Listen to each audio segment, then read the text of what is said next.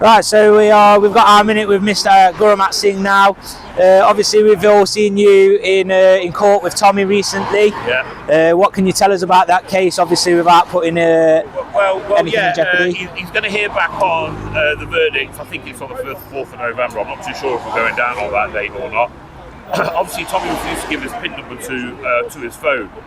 But the reason they demanded his PIN number to his phone is because they arrested him on trumped-up terrorism charges. They basically abused their powers to put forward charges that were completely irrelevant and irrespective to him and what he was doing on that day. Now, he's gone not guilty. The amount of the legal bills is quite a substantial amount. And thank you very much to Mr. Elon Musk for funding that as well. So can you confirm that Elon Musk did in fact fund Tommy's? Yeah, I mean it's quite public. Yeah, Elon Musk has definitely got his hand in it once again. You know, he's done an absolutely great job. If it wasn't for Elon, you could be in a position where Tommy could be going to prison. I mean, I was in the court case for the first day. On the second day, I had to go on holiday with my wife, and even the judge had his head in his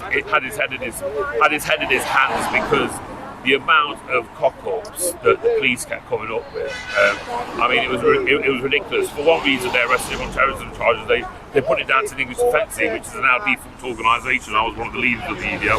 Stopped that back in 2010, 2011. Yeah. So every single excuse why they stopped him and put the terrorism charges on place on his head were basically all completely just made up bullshit, really. Yeah, I think. And the judge realised that himself. I mean, the police really did just make a little prat of themselves, as they usually do. Yeah. They abused their powers, and they used that excuse just to arrest him. So basically, it was a political arrest. It was nothing more or less than that. Yeah. And do you think if Tommy does go to prison as a result of this, there will be a chance of him being let out by mistake on an administrative error? I doubt it very much. I mean, I've been in prison myself, you know, not one of the most proudest times of my life. And I'll tell you what, to let somebody else out by accident, I never heard of it in my long sentence I served. So I don't know what the game plan is here, but I can assure you that no prison in modern Britain lets out people by mistake. They've done this for a reason.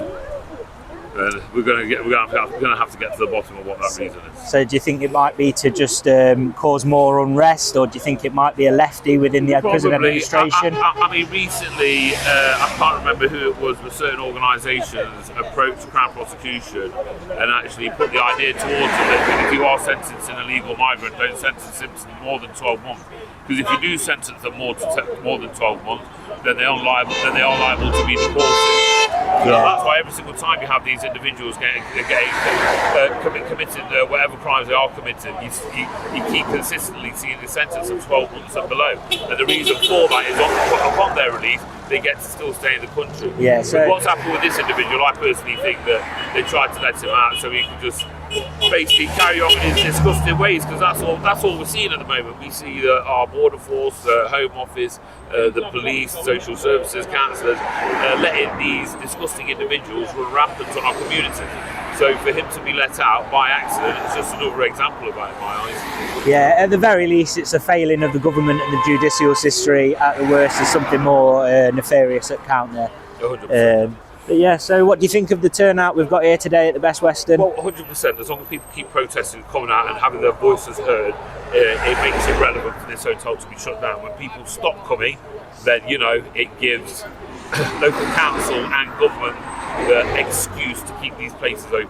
So as long as there's one here, that's all that matters.